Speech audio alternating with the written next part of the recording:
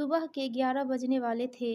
नीरज और बाबूजी के दफ्तर जाने के बाद आभा और उसकी सास अभी नाश्ता करने बैठी ही थी कि तभी घंटी की तेज आवाज़ गूंज उठी। आभा ने निवाला थाली में रखा और दौड़कर दरवाज़ा खोला तो सामने संगीता खड़ी थी। तुम अकेली ही आई हो क्या? क्यों अकेली आने की मनाही है? संगीता ने नाराज़गी दर्शाते हुए सवाल पर सवाल किया। नहीं नहीं, मैं तो वैसे ही पूछ। आभा जब तक बात पूरी करती, संगीता तेजी से अंदर के कमरे की ओर बढ़ गई। आभा भी दरवाज़ा बंद करके उसके पीछे हो ली। माँ जी अभी मेज के सामने ही बैठी थी। वे संगीता को देख आश्चर्य में पड़ गई। उनके मुंह से निकला, संगीता तू? संगीता ने सूटकेस पटका और कुर्सी पर बैठते हुए रूखे स्वर में बोली, माँ तुम और भाभी तो ऐसे आश्चर्य कर रही हो जैसे यह मेरा घर नहीं और मैं यहाँ बिना बताए अचानक नहीं आ सकती। संगीता का मूड बिगड़ता देख आभा ने बात पलटी। तुम सफ़र से थक गई होगी, थोड़ा आराम करो, मैं फटाफट पराठे और चाय बनाकर लाती हूँ। आभा रसोई में घुस गई। वह जल्दी जल्दी पराठे सेकने लगी। तभी माँ जी उसकी प्लेट भी रसोई में ले आई और बोली, बहू अपने पराठे भी दोबारा गर्म कर लेना। तुझे बीच में ही उठना पड़ा। कोई बात नहीं, आपका नाश्ता भी तो अधूरा पड़ा है। लाइए गर्म कर दूँ? नहीं, जब तक तू पराठे सेकेगी मैं संगीता के पास बैठकर अपना नाश्ता ख़त्म कर लूँगी। फिर उन्होंने धीमी आवाज़ में कहा, लगता है लड़कर आई है। माँ जी के स्वर में झलक रही चिंता ने आभा को भी गहरी सोच में डाल दिया और वह अतीत की यादों में गुम हो गई। जब विवाह के बाद आभा ससुराल आई तो माँ जी बाबूजी ने उसे बहू नहीं बेटी की तरह समझा, स्नेह दिया। नीरज से उसे भरपूर प्यार और सम्मान मिला। बस एक संगीता ही थी जिसे अपनी भाभी से जरा भी लगाव नहीं था। उसने तो जैसे पहले दिन से ही आभा के विरुद्ध मोर्चा संभाल लिया था। बात बात में आभा की गलती निकालना, उसे नीचा दिखाना संगीता का रोज का काम था। लेकिन आभा न जाने किस मिट्टी की बनी थी कि वह संगीता की किसी बात का बुरा न मानती, उसकी हर बात को हंसकर सह लेती। हर काम में कुशल आभा की तारीफ होना तो संगीता को फूटी आंख न सुहाता था। एक दिन आभा ने बड़े मनयोग से डोसा, इडली, सांभर आदि दक्षिण भारतीय व्यंजन तैयार किए थे। सभी स्वाद ले लेकर खा रहे थे। नीरज तो बार बार आभा की तारीफ करता जा रहा था। वह क्या लाजवाब डोसे बने हैं, लगता है किसी दक्षिण भारतीय लड़की को ब्याह लाया हूँ। तभी एकाएक संगीता ने जोर से थाली एक तरफ सरकाते हुए कहा, आप लोग भाभी की बेवजह तारीफ कर कर के सिर पर चढ़ा रहे हो, देखना एक दिन पछताओगे। मुझे तो इनके बनाए खाने में कोई स्वाद नजर नहीं आता, पता नहीं आप लोग कैसे खा लेते हैं। अभी संगीता कुछ और कहती, तभी बाबूजी की कड़क आवाज गूंजी, चुप हो जा, देख रहा हूँ तू दिन पर दिन बदतमीज होती जा रही है। जब देखो तब बहू के पीछे पड़ी रहती है, नालायक लड़की। बाबूजी का इतना कहना था कि संगीता ने जोर जोर से रोना शुरू कर दिया। रोते रोते वह आभा को कोसती भी जा रही थी। जब से भाभी आई है तभी से मैं सबको बुरी लगने लगी हूँ। न जाने इन्होंने सब पर क्या जादू कर दिया है। भैया तो बिल्कुल ही जोरू के गुलाम बनकर रह गए हैं। अब तक चुप तमाशा देख रहा नीरज और न सुन सका। उसने संगीता को डांटा, बहुत हो गया, अब फौरन अपने कमरे में चली जा। संगीता तो पैर पटकती अपने कमरे में चली गई। लेकिन आभा इस बेवजह के अपमान से आहत हो रो पड़ी। उसे रोता देख नीरज, माँ और बाबूजी तीनों ही बेहद दुखी हो उठे। बाबूजी ने आभा के कंधे पर हाथ रखकर कहा, बेटी हमें माफ़ कर देना, संगीता की तरफ से हम तुमसे माफ़ी मांगते हैं। जब आभा ने देखा कि माँ बाबूजी बेहद ग्लानि महसूस कर रहे हैं और नीरज तो उसे रोता देख खुद भी रोआसा हो उठा है, तो उसने फौरन अपने आंसू पोंछ लिए। यही नहीं, उसने अगले ही दिन संगीता से खुद ही यूं बातचीत शुरू कर दी मानो कुछ हुआ ही न हो। माँ जी तो आभा का यह रूप देख निहाल हो उठी थी। उनका मन चाहा कि आभा को अपने पास बिठाकर खूब लाड़ प्यार करे, लेकिन कहीं संगीता बुरा न मान जाए, यह सोच वे मन महसूस कर रह गई। एक दिन संगीता अपनी सहेली के घर गई हुई थी। आभा और माजी बैठी चाय पी रही थी। एकाएक माजी ने आभा को अपनी गोद में लिटा लिया और प्यार से उसके बालों में उंगलियां फेरती हुई बोली, काश मेरी संगीता भी तेरी तरह मधुर स्वभाव वाली होती। मैंने तो उसका चाँद सा मुखड़ा देख सोचा था अपनी मीठी हँसी से वह घर में खुशियों के फूल बिखरेगी, लेकिन इस लड़की को तो जैसे हँसना ही नहीं आता। मुझे तो चिंता है कि इससे शादी कौन करेगा। माँ जी को उदास देख आभा का मन भी दुखी हो उठा। उसने पूछा, माँ जी, आपने संगीता के लिए लड़के तो देखे होंगे? हाँ, कई जगह बात चलाई, परंतु लोग केवल सुंदरता ही नहीं स्वभाव भी तो देखते हैं। जहाँ भी बात चलाओ वहीं इसके स्वभाव के चर्चे पहले पहुंच जाते हैं। छोटे शहरों में वैसे भी किसी के घर की बात दबी छिपी नहीं रहती। कुछ देर चुप रहने के बाद माँ जी ने आशा भरी नजरों से आभा की ओर देखते हुए पूछा, तुम्हारे मायके में कोई लड़का हो तो बताओ।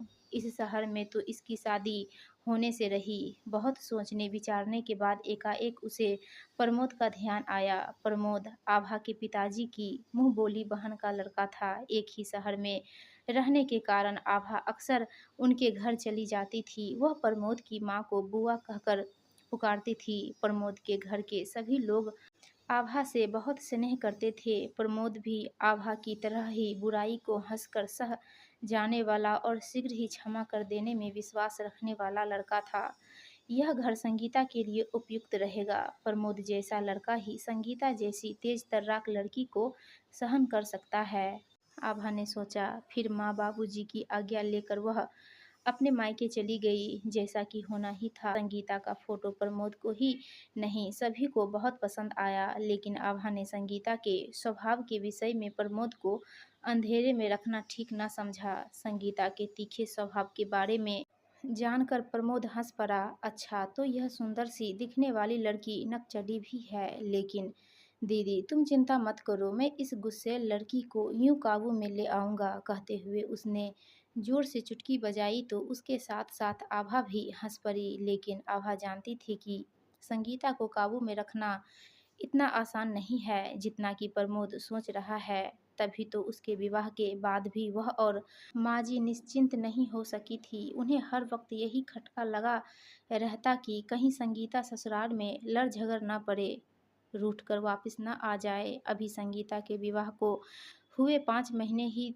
बीते थे कि अचानक वह अजीब से उखड़े मूड में आ धमकी थी। न जाने क्या बात हुई होगी। आभा का दिल शंका से कांप उठा था कि तभी पराठा जलने की गंध उसके नथनों से टकराई। अतीत में खोई आभा भूल ही गई थी कि उसने तवे पर पराठा डाल रखा है। फिर आभा ने झटपट दूसरा पराठा सेका, चाय बनाई और नाश्ता लेकर संगीता के पास आ बैठी। पता नहीं इस बीच क्या बातचीत हुई थी, लेकिन आभा ने स्पष्ट देखा कि माँ जी का चेहरा उतरा हुआ है।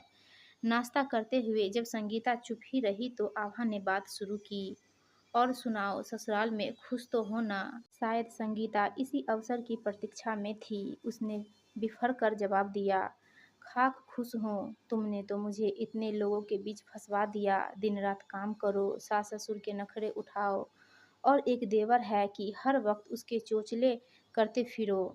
संगीता का धारा प्रवाह बोलना जारी था। प्रमोद भी कम नहीं है, हर वक्त अपने घर वालों की लप्पो चप्पो में लगा रहता है। मेरी तो एक नहीं सुनता। उस घर में रहना मेरे बस का नहीं है। अब तो मैं तभी वापस जाऊंगी जब प्रमोद अलग घर ले लेगा। इसी तरह संगीता प्रमोद के परिवार को बहुत देर तक भला बुरा कहती रही, लेकिन माँ जी और आभा को क्या उसके स्वभाव के बारे में मालूम न था? वे जान रही थी कि संगीता सफ़ेद झूठ बोल रही है। वास्तव में तो संयुक्त परिवार में रहना उसे भारी पड़ रहा होगा। तभी वह खुद ही लड़ाई झगड़ा करती होगी ताकि घर में अशांति करके अलग हो सके। वैसे भी आभा प्रमोद के परिवार को वर्षों से जानती थी। उसे पता था कि प्रमोद और उसके परिवार के अन्य सदस्य संगीता को खुश रखने की हर संभव कोशिश करते होंगे। उससे दिन रात काम करवाने का तो सवाल ही नहीं उठता होगा। उल्टे बुआ तो उसके छोटे बड़े काम भी खुश होकर कर देती होगी। माँ जी ने संगीता को समझाने की कोशिश की, देख बेटी, तेरी भाभी भी तो खुशी खुशी संयुक्त परिवार में रह रही है। यह भी तो हम सब के लिए काम करती है। इसने तेरी बातों का बुरा मानने के बजाय हमेशा तुझे छोटी बहन की तरह प्यार ही किया है। तुझे इससे सीख लेनी चाहिए। लेकिन संगीता तो आभा की तारीफ होते देख और भी भड़क गई। उसने साफ कह दिया, भाभी कैसी है, क्या करती है, इससे मुझे कोई मतलब नहीं है। मैं तो सिर्फ अपने बारे में जानती हूँ कि मैं अपने सास-ससुर के साथ नहीं रह सकती। अब भाभी या तो प्रमोद को अलग होने के लिए समझाए, वरना मैं यहाँ से जाने वाली नहीं। संगीता का अड़ियल रुख देखकर आभा ने खुद ही जाकर प्रमोद से बातचीत करने का फैसला किया। रास्ते भर आभा सोचती रही कि वह किस मुंह से प्रमोद के घर जाएगी। आखिर उसी ने तो सब कुछ जानते हुए भी संगीता जैसी बददिमाग लड़की को उन जैसे शरीफ लोगों के पल्ले बांध दिया था। लेकिन प्रमोद के घर पहुंचकर आभा को लगा ही नहीं कि उन लोगों के मन में उसके लिए किसी प्रकार का मैल है। आभा को संकोच में देख प्रमोद की मां ने खुद ही बात शुरू की। आभा, मैंने प्रमोद को अलग रहने के लिए मना लिया है। अब तू जाकर संगीता को वापस भेज देना। दोनों जहाँ भी रहे बस खुश रहे, मैं तो यही चाहती हूँ। आभा ने शर्मिंदगी भरे स्वर में कहा, बुआ, मेरी ही गलती है जो प्रमोद का रिश्ता संगीता से करवाया। तभी प्रमोद ने बीच में टोका, नहीं दीदी, आपने तो मुझे सब कुछ पहले ही बता दिया था। खैर, अब तो जैसी भी है वह मेरी पत्नी है, मुझे तो उसका साथ निभाना ही है। लेकिन मुझे विश्वास है कि एक दिन उसका स्वभाव जरूर बदलेगा। वापिस घर पहुंचकर जब आभा ने प्रमोद के अलग घर ले लेने की खबर दी तो संगीता खुश हो गई। लेकिन नीरज खुद को कहने से न रोक सका, संगीता, तू जो कर रही है ठीक नहीं है। खैर, अब प्रमोद को खुश रखना, वह तेरी खुशी के लिए इतना बड़ा त्याग कर रहा है। अच्छा, अब ज्यादा उपदेश मत दो, मुंह बिचकाकर संगीता ने कहा और फिर वापस जाने की तैयारी में जुट गई।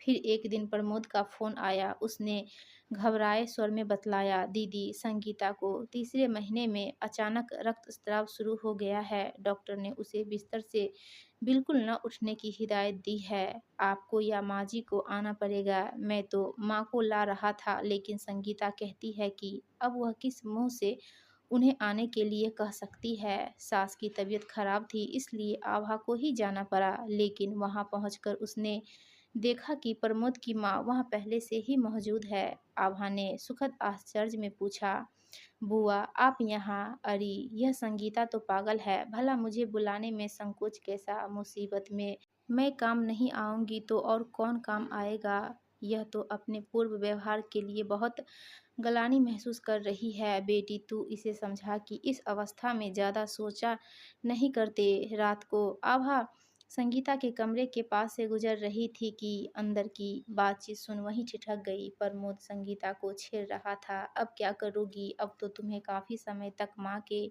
साथ रहना पड़ेगा। मुझे और शर्मिंदा मत कीजिए। आज मुझे परिवार का महत्व समझ में आ रहा है। सच, सबसे प्यार करने से ही जीवन का वास्तविक आनंद प्राप्त होता है। अरे, अरे, तुम तो एक ही दिन में बहुत समझदार हो गई हो। अच्छा, अब मजाक मत कीजिए, और हाँ, जब मैं ठीक हो जाऊं तो मुझे अपने घर ले चलना। अब मैं वहीं सबके साथ रहूंगी। बाहर खड़ी आभा ने चैन की सांस ली। चलो, देर से ही सही, लेकिन आज संगीता को परिवार के साथ मिलजुल कर रहने का महत्व तो पता चला। अब आभा को यह समाचार नीरज, माँ जी और बाबू को सुनाने की जल्दी थी। दोस्तों, आपको कहानी अच्छी लगी हो तो प्लीज़ वीडियो को लाइक कीजिएगा और चैनल को सब्सक्राइब